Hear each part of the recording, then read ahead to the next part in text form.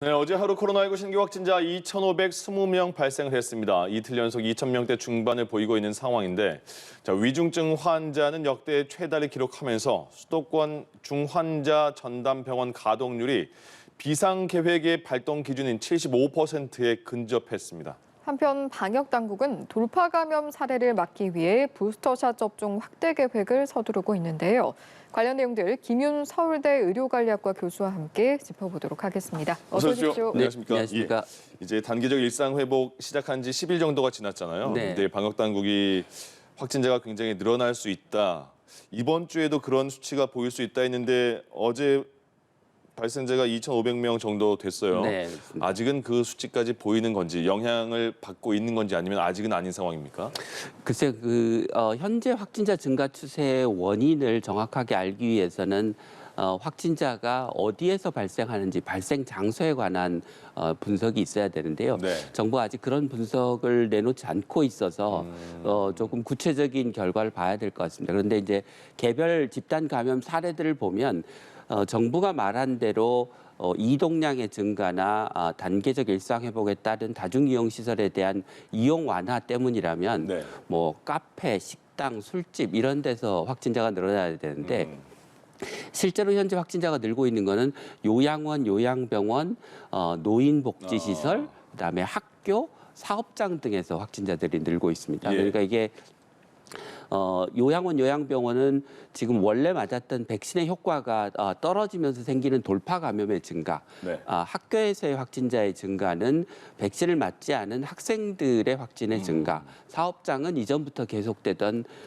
집단 감염이 계속되고 있는 양상으로 보여서 예. 정확한 원인에 대한 진단이 있어야 대책이 나올 텐데 지금 확진자의 증가를 좀 매번 약간 기계적으로 다중이용시설에 대한 뭐 규제 완화 또는 뭐 이동량의 증가, 방역에 대한 긴장감의 해이 이런 식으로 연결시켜서 해석하면 이게 우리가 원인을 찾아내지 못할 수 있고 그러면 대책을 정확하게 수립할 수 없다고 하는 측면에서 예. 정확한 확진 양상에 대한 좀 분석이 먼저 선행돼야 될 것 같습니다. 그냥 늘상 해왔던 그런 기준보다 조금 더 구체적인 네. 지표 가지고 따져봐야 된다는 말씀이잖아요. 네, 그렇습니다. 근데 지금 보니까 말씀 중에도 나왔는데 이동량 보통 예전에 이동량도 많이 이렇게 확진자 늘어난 거에 대한 그 영향이 아닐까라고 분석을 네. 했잖아요. 네. 코로나가 이제 시작된 지 한 2년 정도가 됐고 네. 지금 뭐 사람들의 움직임이 2년 전하고 굉장히 비슷해졌다고 해요. 이동량이. 네. 네, 그렇습니다. 영향을 좀 줄까요? 확진에 대해서. 과거에 비해서는 영향이 그렇게 크지 않습니다. 그러니까 네. 최근에 이제 이동량의 증가 경향과 확진자 수의 증가 경향을 같이 이렇게 그래프를 그려보면 네. 이게 서로 경향성이 일치하지 않습니다. 그러니까 이동량은 증가하지만 어떤 때는 확진자 수가 뭐 줄어드는 경우도 있고 네. 늘어나긴 하지만 뭐 아주 약간 늘어나는 경우도 있어서 영향이 전혀 없다고 할 수는 없지만 예. 옛날처럼 이동량의 증가가 직접적으로 확진자 수 증가로 연결되지는 않는다라고 하는 게 현재 상황인 것 같습니다. 그렇군요. 예. 일상 회복 열흘 만에 위중증 환자가 역대 최다를 기록했고 네. 김부겸 총리도 방역 지표가 예상보다는 좀 빠르게 악화하고 있다라고 이야기를 했거든요. 네. 예상보다 좀 더 상황이 빠르게 안 좋아지는 이유는 어디서 찾아볼 수 있을까요? 지금 뭐 전반적으로 확진자 수가 느는 것도 문제지만 큰 문제는 위중증 환자가 늘고 있는 게 문제고요. 예. 위중증 환자가 느니까 이제 병상이 빠른 속도로 차고 있는 것이거든요. 근데 위중증 환자가 느는 중요한 원인은 지금 요양병원, 요양시설, 노인복지시설에서의 집단 감염이 지금 늘어나고 있기 때문인 것으로 네. 생각이 예. 됩니다. 그래서 한편으로는 빨리 부스터샷 접종을 해서 추가적인 그 돌파 감염이 발생하지 않도록 하는 게 이제 중요할 텐데 예. 뭐 단기적으로는 그리고 지속적으로도 왜 지금 집단 감염이 계속되는지에 대한 원인 분석이 좀 필요할 것 같습니다. 근데 예. 경기도에서 분석한 결과를 보면 집단 감염 그런 시설에서의 집단 감염의 대부분이 직원이 외부에서 옮겨온 경우들이 대부분이라고 하고요. 예. 뭐 마스크를 쓰지 않거나 또는 일반적인 우리가 얘기하는 거리두기 수칙을 잘 지키지 않거나 증상이 나타났는데도 빨리 검사하지 않아서 오랫동안 시설 내에서 감염이 지속적으로 발생하거나 이런 것들이 원인이라고 해서 기본적인 방역 수칙을 그런 시설들에서 다시 잘 지키도록 하는 게 굉장히 중요할 것 같습니다. 예. 이런 생각하시는 분들도 계실 것 같아요. 위중증 환자와 관련해서 백신 접종 완료율도 이제 75%가 넘었다고 하는데 네. 이렇게 위중증 환자 수는 늘어나는 걸까? 이런 부분은 좀 어떻게 해석을 해주실 수 있을까요? 백신 접종률이 올라가면 우리가 뭐 확진자가 크게 늘지 않을 거다 이렇게 이제 정부 당국도 가끔 이야기하고 예. 많은 국민들이 이렇게 생각하시는데 실제로 백신의 효과가 전 국민 80%가 접종을 한다고 하더라도 이게 효과가 100%가 아니기 때문에 80%면 백신을 맞지 않은 사람이 1,000만 명, 네. 백신의 효과가 100%가 아니라서 돌파 감염이 가능한 사람이 한 1,000만 명. 그러니까 80% 접종률이 굉장히 높다고 생각하지만 예. 우리 국민 2천만 명은 언제든지 감염될 수 있는 상태에 놓여 있는 게 80% 접종률 수준의 상황이거든요. 80%가 실질적으로는 60% 효과밖에 발휘가 안 되는 거예요. 네, 그렇습니다. 예. 그렇기 때문에 이 접종률이 높다고 해도 늘 대규모 감염이 발생할 수 있고 뭐 확진자 수가 몇만 명까지 발생하는 거는 충분히 가능한 일이고 그중에 이제 노인분들에서 백신 접종 여부와 관계없이 감염이 발생하면 그분들 중에 상당수는 위중증으로 발전하는 거죠. 물론 백신을 접종하신 분이 감염됐을 경우 접종하지 않으신 분이 감염됐을 때보다 위중증으로 발전하는 비율은 굉장히 낮습니다. 네. 그렇긴 하지만 일반 인구 집단 평균에 비해서는 노인분들이 접종을 했다고 하더라도 위중증으로 발전할 가능성은 여전히 높죠. 예. 이 부분은 어떨까요, 교수님? 위중증 환자나 사망자 수가 증가했을 때 우리가 이제 치명률 그리고 중증화율이라는 지표도 보잖아요. 네. 같이 올라가는 걸까요? 아니면 다른 부분일까요? 그게 이제 감염자 수가 늘어나서 위중증 환자 수가 늘어나는 거면 치명률이나 중증화율은 올라가지 않을 텐데요. 네. 그렇지만 예를 들면 노인에서 많은 환자가 생긴다. 그럼 평균적으로 중증화율이나 치명률은 올라가죠. 그렇지만 그게 백신의 효과가 떨어져서 생긴다기보다는 감염되면 중증으로 발전하거나 이제 사망할 위험이 높으신 노인분들이 전체 확진자 수에서 차지하는 이제 비중이 높아지기 때문에 생기는 현상입니다. 예. 감염 대상에 따라서 이제 그 네. 수치가 달라지겠네요. 네네. 그래서 현재는 중증화율과 치명률이 올라가는 높아지고 있는 경향을 보이는데 예. 그거는 노인 감염자의 숫자가 전체적으로 늘어나고 있고 그것은 앞서 말씀드린 대로 요양병원, 요양시설에서의 집단 감염이 전체 확진자 수에서 큰 부분을 차지하고 있기 때문입니다. 예. 정부가 이제 중환자 병상 확보해라 행정명령까지 내렸잖아요. 네. 75%가 넘어가면 비상계획을 발동시키겠다 이렇게 했는데 지금 네. 수치가 말씀하신 위중증 환자가 최근에 늘어나니까 그 수치가 거의 임박했다는 얘기도 나오고 있거든요. 지금 네, 네. 현재 상황은 지금 어떨까요?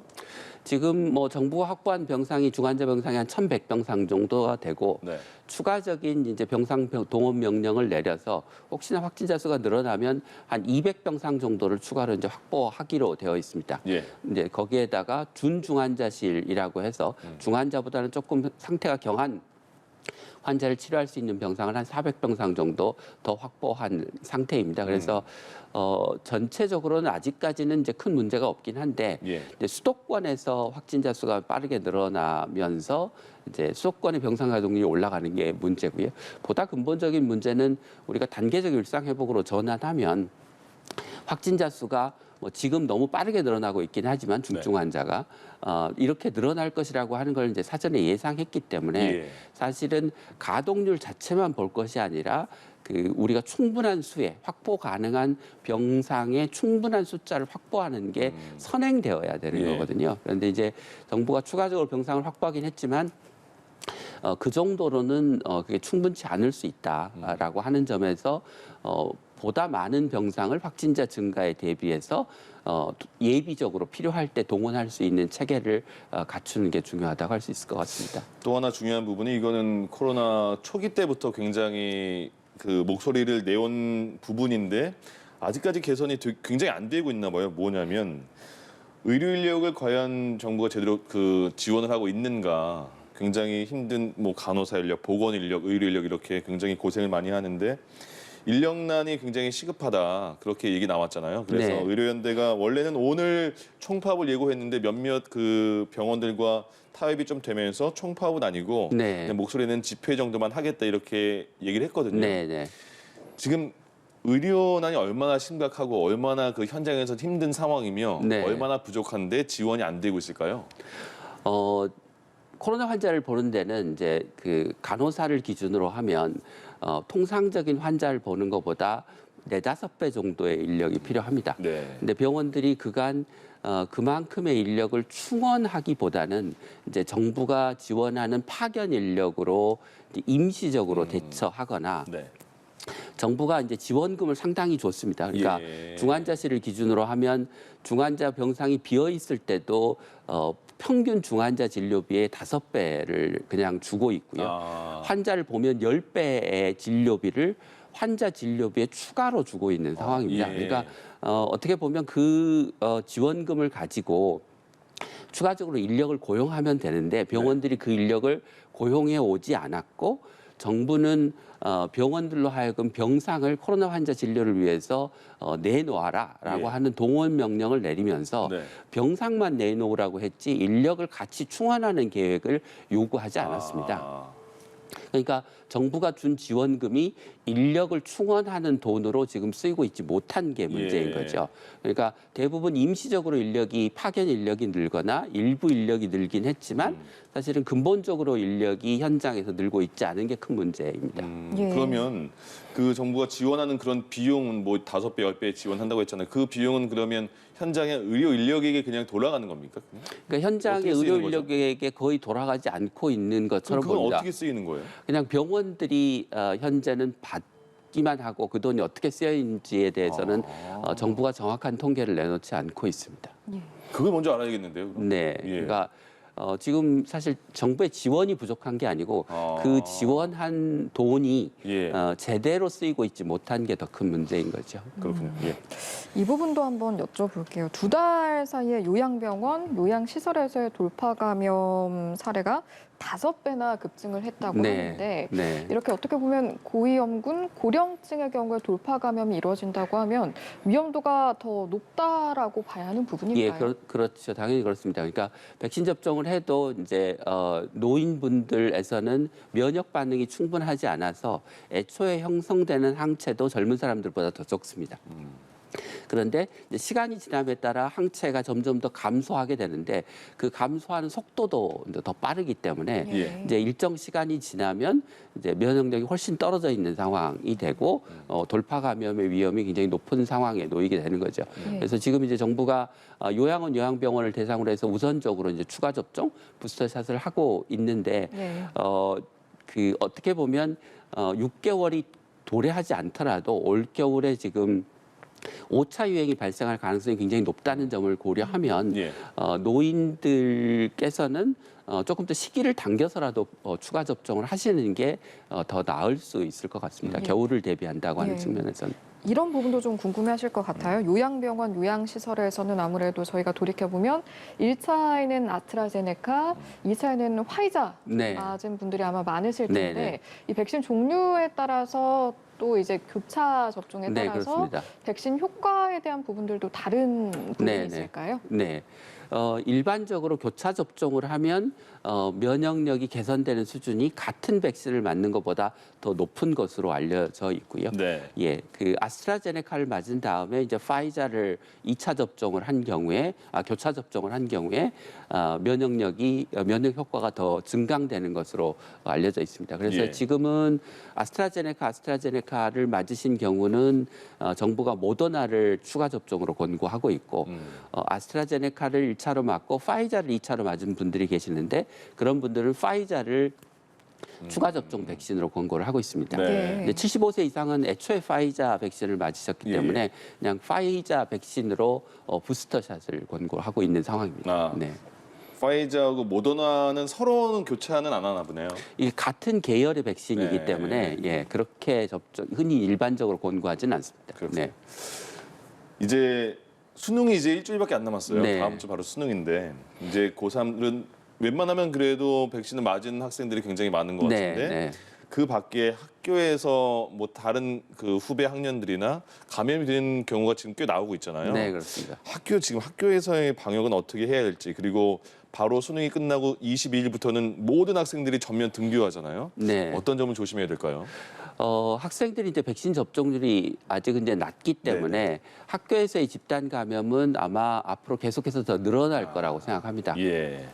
그런데 이제 감염의 원인을 찾아보면 네. 이게 이제 학교 내부에서 대규모 감염으로 발전하는 경우보다는 학교 바깥에서 감염된 학생들이 학교 안에 들어와서 학교에서 소규모 감염들이 많이 생기는 형태로 지금 양상이 생기고 있습니다. 예. 그래서 학교 내부에서의 방역 체계를 강화하는 것도 중요하지만 학교 바깥 생활에서 학생들이 가는 곳들, 뭐 학원, PC방, 노래방 이런 곳들의 이제 그 방역을 강화하는 게 굉장히 중요할 것 같고요. 예. 특히 이제 최근에는 일부 지역에서는 학원에서의 그 감염이 굉장히 많이 생긴다고 합니다. 네. 그래서 학원이나 학교나 사실은 하는 일은 비슷한 곳이니까 학원도 학교처럼 기본적으로 출입자 체크하고 마스크 계속 쓰고 거리두기 가능하면 유지하고 환기하고 하는 등의 그런 기본적인 방역 수칙들이 잘 지켜질 수 있도록 정부가 감독하고 또 필요하면 지원도 했으면 좋겠습니다. 우리나라가 지금 12살 그 청소년 이상부터 맞을 수가 있는 거잖아요. 네, 백신을요. 그렇습니다. 근데 미국에서 보니까 5살에서 11살까지 사이의 아이들도 백신을 맞을 수 있다 이렇게 말을 했거든요. 네, 네, 네. 지금 우리나라 경우 같은 상황에서는 이게 필요할까요, 우리나라도? 우리나라도 필요하다고 생각합니다. 네. 그러니까 백신이 이제 아이들에게도 안전한 백신이 개발되어 있고 예. 아이들과 아이들 부모 중에서도 이제 백신을 맞기 원하시는 분들이 있을 거니까요. 네. 그분들이 맞을 수 있는 기회를 부여해 주는 거는 당연하다고 생각합니다. 근데 이제 그렇지만 아이들의 경우에는 백신 접종으로 인해 생길 수 있는 부작용의 위험과 백신을 맞아서 생기는 감염을 피하는 이득이 이제 비슷하기 때문에 예. 뭐 강력하게 권고하지는 않는 그렇지만 이제 가정 내에서의 감염의 위험이나 학교에서의 감염의 위험과 같은 그런 이제 2차적인 효과를 고려하면 아마 백신을 접종하는 게 이제 전체적으로는 더 유리하겠죠. 예. 예. 네. 싱가포르에서는요, 네. 백신을 맞지 않아서 코로나19에 걸릴 경우에는 다음 달부터인가요? 다음 달부터 치료비 전부를 개인이 부담해야 한다 이렇게 밝혔다고 네, 합니다.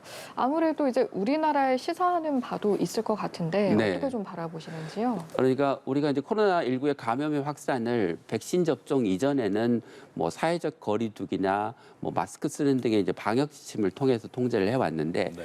백신 접종이라고 하는 아주 이제 효과적인 수단이 생겼으니까 백신을 당연히 맞아야 되는데 이게 또 개인의 선택의 문제이기도 예, 해서 백신을 안 맞는 것은 개인의 선택이지만 백신을 안 맞아서 생기는 뭐 효과, 부작용, 파급 효과는 그것 역시 개인의 선택에 상응하는 책임이라고 보는 것 같습니다. 예. 근데 물론 거기에는 의학적인 이유로 백신을 맞지 못하거나 하는 분들은 예외겠죠, 당연히. 예, 예. 정부가 코로나19 백신을 정례화하는 방안을 검토한다. 이런 네. 말은 뭐 1년에 한 번 맞게 하겠다 이런 뜻으로 받아들여지는데 네. 독감도 지금 매년 그 겨울에 맞잖아요. 네, 그렇습니다. 그런 식으로 그러면 뭐 1년이면 1년, 6개월이면 6개월 이렇게 백신을 맞게 되는 상황이 오는 건가요?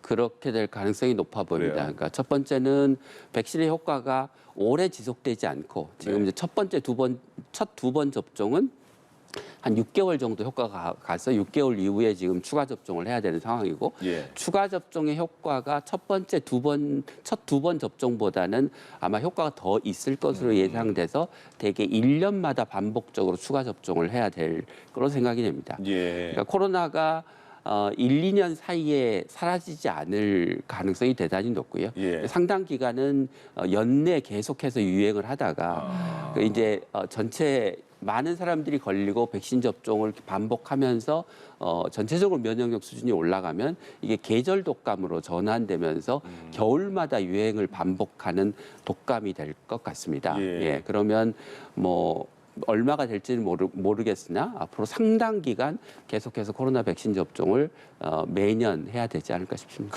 네, 알겠습니다. 여기까지 듣도록 하죠. 지금까지 김윤 서울대 의료관리학과 교수와 이 시간 함께했습니다. 고맙습니다. 고맙습니다.